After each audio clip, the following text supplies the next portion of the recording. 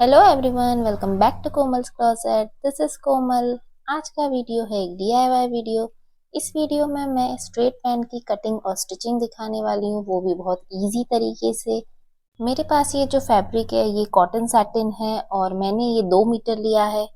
तो पहले हम फ्रंट पार्ट की कटिंग करेंगे। उसके लिए विड्थ वाइज कपड़े को मैंने 2 फोल्ड में यहाँ बिछाया हुआ है। ऊपर की साइड कपड़ा अनइवन है, इसके लिए मैं स्ट्रेट लाइन बना दूंगी ताकि कटिंग के टाइम अनइवन पार्ट निकल जाए।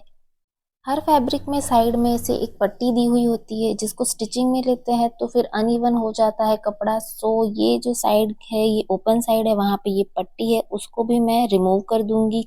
तो इस पट्टी पे भी मैं इस तरीके से चौक से मार्किंग कर रही हूँ ताकि ये हम कट कर लेंगे।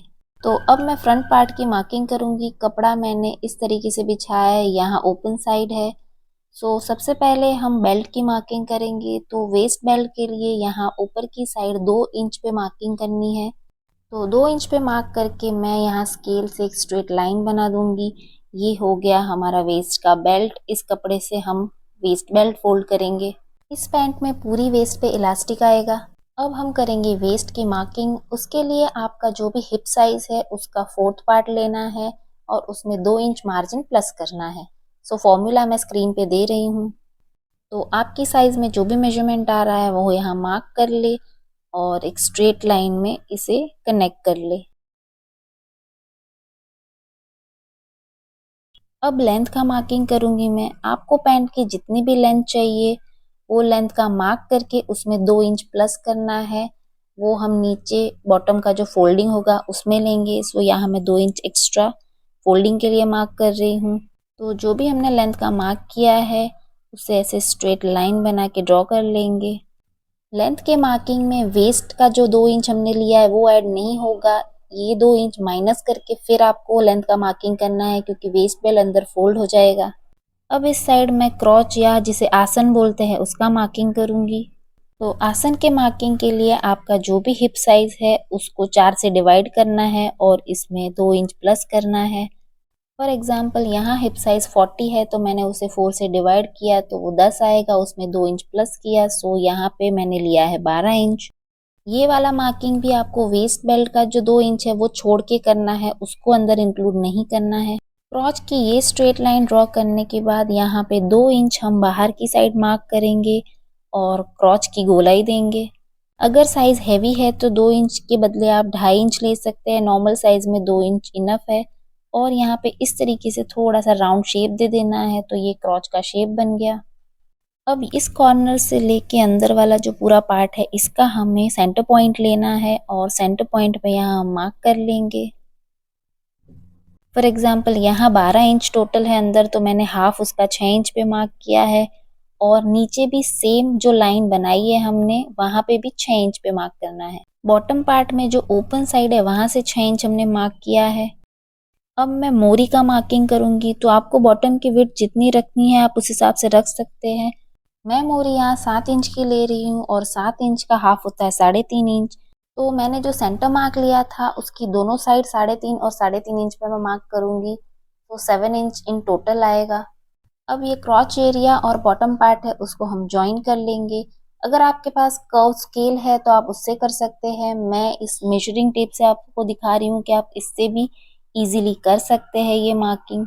हल्का सा कर्व शेप देके यहाँ पे आपको क्रॉच एरिया और बॉटम को ज्वाइन करना है।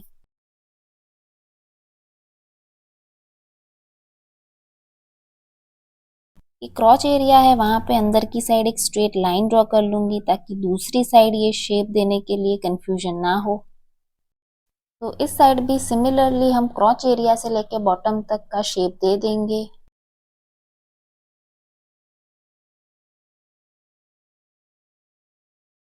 तो यहाँ फ्रंट पार्ट की मार्किंग हो गई है। अब हम इसकी कटिंग कर लेंगे।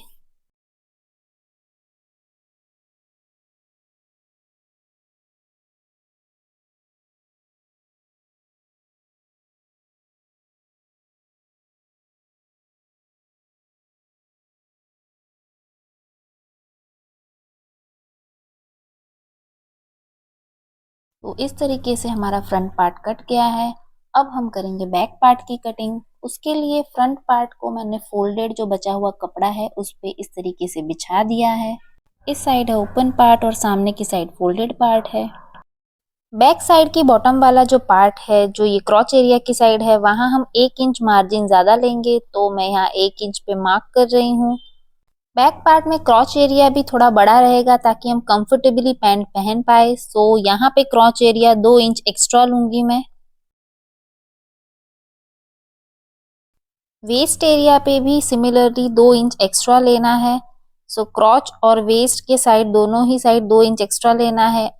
जहाँ पे वेस्ट बेल्ट का निशान है वहां से 1.5 इंच ऊपर की तरफ एक मार्क करना है। सो क्रॉच एरिया की जो लंबाई है यहाँ पे वो 1.5 इंच से बैक पार्ट में बढ़ जाएगी। अब ये सारे निशान जो हमने लगाए हैं उनको कनेक्ट कर देना है स्केल से।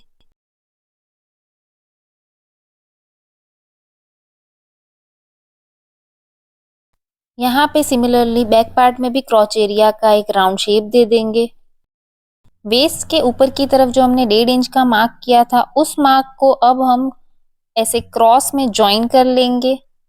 तो बैक पार्ट की पूरी वेस्ट में हमें 1.5 इंच एक्स्ट्रा नहीं लेना है, सिर्फ एक कॉर्नर पे 1.5 इंच एक्स्ट्रा लेना है और दूसरी साइड हमें सिमिलर ही लेंथ रखनी है और उसे क्रॉस में ज्वाइन कर देना है। सिलाई करते टाइम ये एक्स्ट्रा कपड़ा अंदर एडजस्ट हो जाता है, सो ये अलग से कुछ वेस्ट पे नहीं दिखेगा। अब इस साइड बॉटम में हमने 1 इंच एक्स्ट्रा मार्क किया था, तो उसी के सिमिलर में एक कर्व लाइन बना के हम क्रॉच एरिया को ज्वाइन कर लेंगे। हमने यहाँ बॉटम की विड्थ में सिर्फ 1 इंच एक्स्ट्रा लिया है, लेंथ सेम ही रखनी है। इस साइड का मार्किंग हो गया है। अब दूसरी साइड भी हम ये पैटर्न ट्रेस कर लेंगे। दूसरी साइड हमें कुछ भी एक्स्ट्रा फैब्रिक नहीं लेना है, जिस तरीके से हमने ये पैटर्न रखा हुआ है उसी तरीके से बैक पार्ट कट कर लेना है।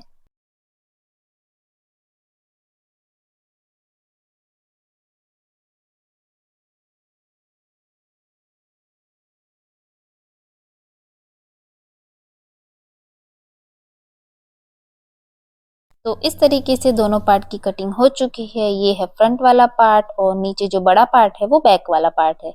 अब आगे की स्लाइड में हम स्टिचिंग स्टार्ट करेंगे। तो सबसे पहले मैं फ्रंट और बैक का क्रॉच एरिया ज्वाइन करूंगी। तो डबल लेयर में जो फ्रंट और बैक के पार्ट है उसको वैसे ही रखना है और सिर्फ उनका क्रॉच एरिया है वहां पे सिलाई लेनी है 1/2 इंच का मार्जिन छोड़ के। तो इस तरीके से फ्रंट और बैक दोनों पार्ट के क्रॉच एरियाज को ज्वाइन कर लिया है मैंने। दोनों पार्ट को मैंने एक दूसरे के ऊपर रख दिया है और राइट साइड अंदर की तरफ है। अब ये जो बाकी बची साइड्स और बीच वाला पार्ट है उनको सिलाई करके जोड़ देंगे। तो इस तरीके से ये पैंट का फ्रंट और बैक दोनों ही जुड़ गया है। साइड से, बीच से, हर जगह से हमने सिलाई ले ली है।